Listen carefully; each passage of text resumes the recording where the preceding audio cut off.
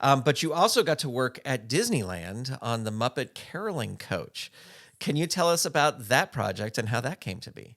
That was absolutely magical. Bill Barretta asked me if I would like to be a part of that project, and I was just thrilled to do it. And what I did was I was Gonzo at the top, and I was just so awestruck because I was holding one of the real Gonzos on my hand and puppeteering him, and I just couldn't get over that.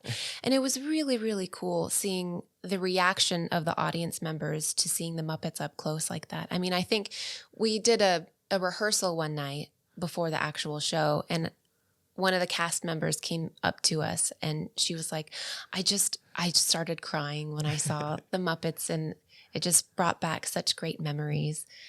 And it was really cool to play a very, very tiny part of that, Yeah. just for a moment. Yeah. Yeah.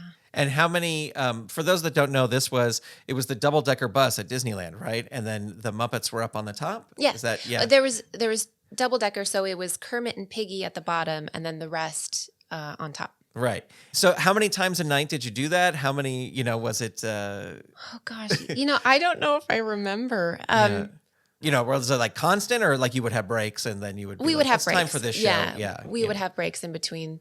And it was really, really cool because after we were done, we were able to go into the park and enjoy the park for free. Yeah.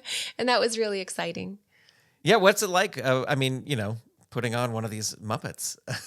Absolutely magical. I mean, it was just, the first time I worked with the Muppets, I was starstruck about the Muppets being around, and then to actually put one on, yeah. I was. And you said you were Gonzo. Did you look at a lot of Gonzo stuff to like get the movements down? I did, yeah.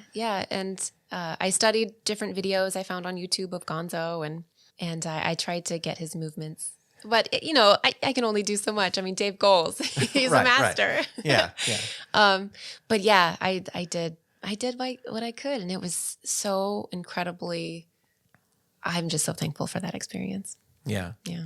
Well, you would work with the Muppets again on Muppets Mayhem more recently. So can you talk about your experience there and what that was like? I worked with the Muppets for the Haunted Mansion show. That's right. And then also, which I did more work on that one because when Mayhem came around, that's when I started up tour.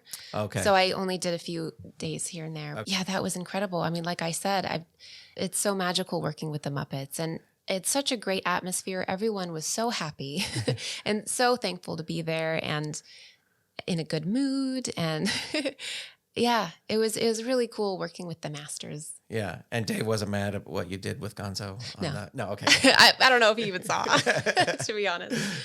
Well, what do you say work with the masters? Like, what's one sort of technique or trick that you learned working with these, master puppeteers that you use to this day?